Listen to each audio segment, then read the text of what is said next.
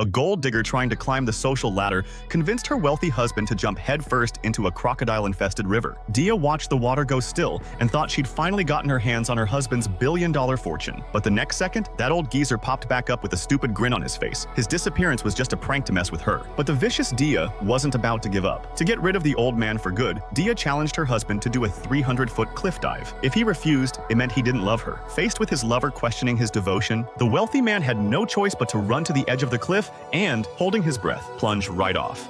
Wow.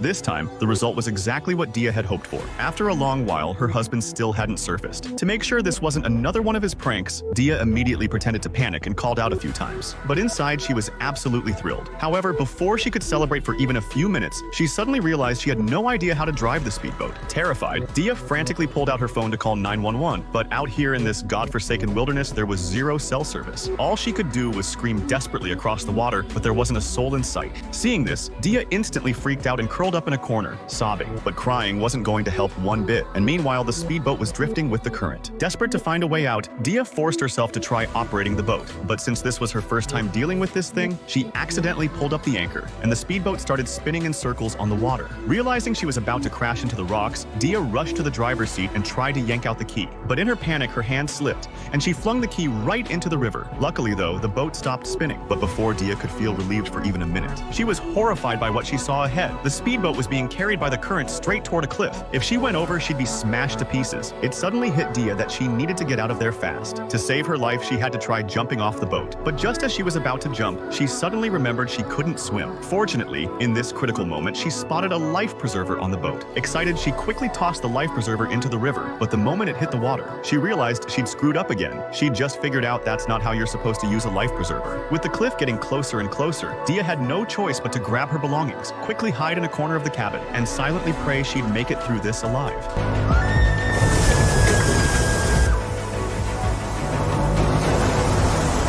Luckily, the waterfall wasn't that high, and Dia was eventually washed up on shore, coughed up some water, and came to.